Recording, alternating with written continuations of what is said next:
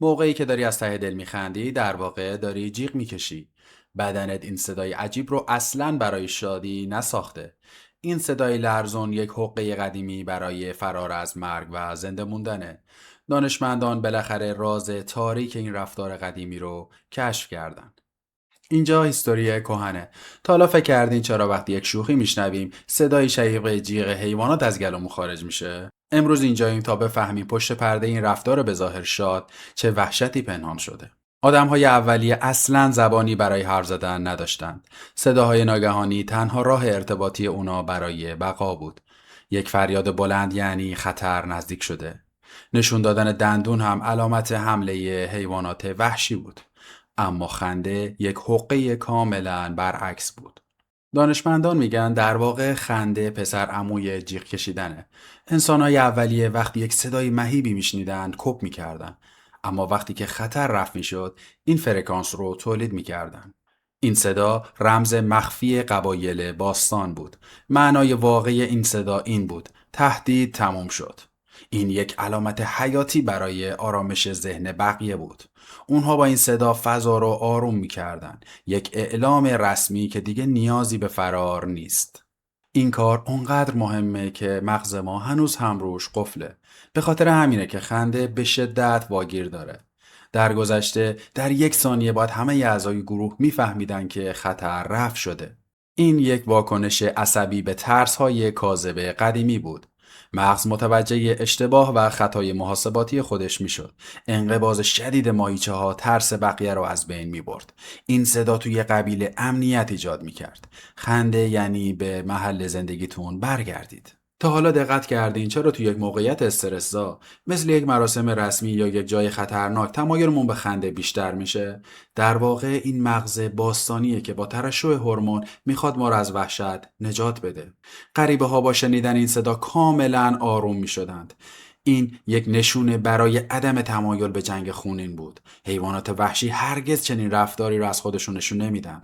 پستانداران بزرگ موقعی عصبانیت فقط دندون نشون میدن.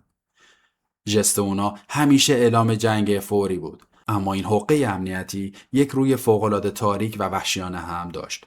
رویی که ریشش توی خون، قتل، تسلیم کردن قربانی ها وسط میدان جنگ باستانیه. به این میگن خنده پیروزی.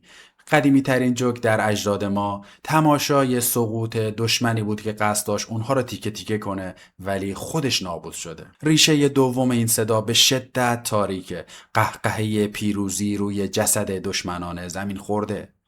وقتی حریف مرگبار شما روی زمین میفته، مغز برای تخلیه اون همه وحشت این فرکانس عجیب رو میسازه. این صدا یعنی من هنوز زنده‌ام و برنده شدم. هورمون‌های استرس ناگهان توی بدن سقوط می‌کردن. بدن برای برگشتن به حالت عادی به آرامش نیاز داشت. خندیدن اکسیژن خون رو فوراً بالا میبره. ضربان قلب دوباره به حالت معمولی برمیگرده. یک پاکسازی بدنی بعد از حمام خون. دقیقاً به خاطر همین حقه مغزی که کمدی مدرن کار میکنه. ما با دیدن فیلم طنز به بدبختی، زمین خوردن و حماقت دیگران میخندیم. چون مغز باستانی از اینکه اون اتفاق برای ما نیفتاده شاده. قلقلک دادن تاریک ترین راز این صدای عجیبه. چرا بدن ما به لمس حساس اینطور پاسخ میده؟ نقاط حساس بدن ما همگی مناطق مرگبار به حساب میان. زیر بغل و گردن شاهرگ‌های اصلی رو دارن.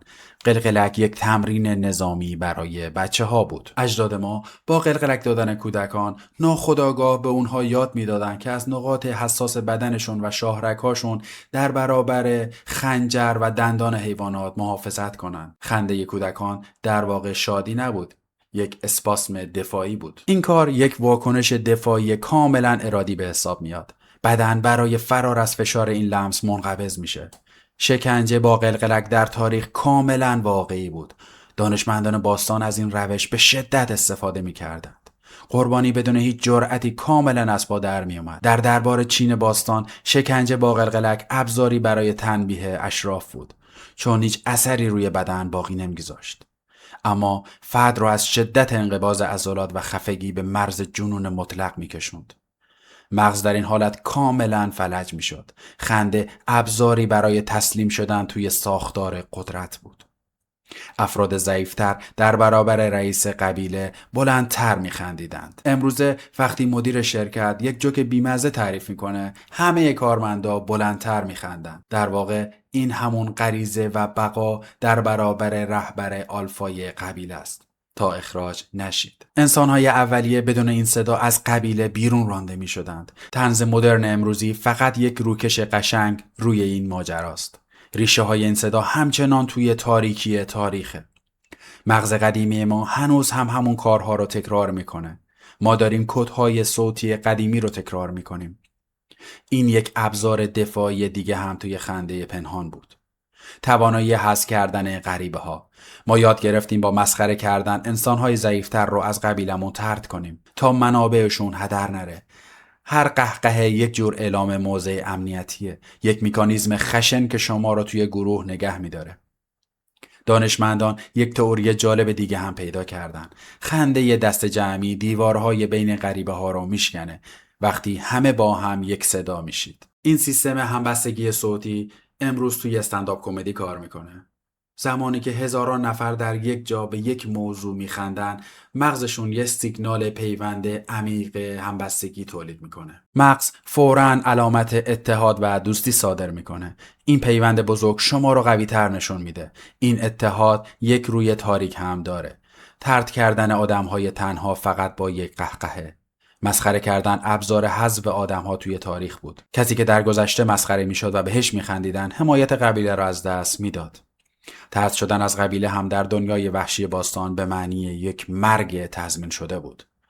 کسی که بهش میخندیدند خیلی زود نابود میشد. اون دیگه هیچ جایی توی قبیله نداشت. اخراج از گروه مساوی بود با مرگ قطعی. خنده تفرقه ایجاد شده رو عمیق‌تر میکرد.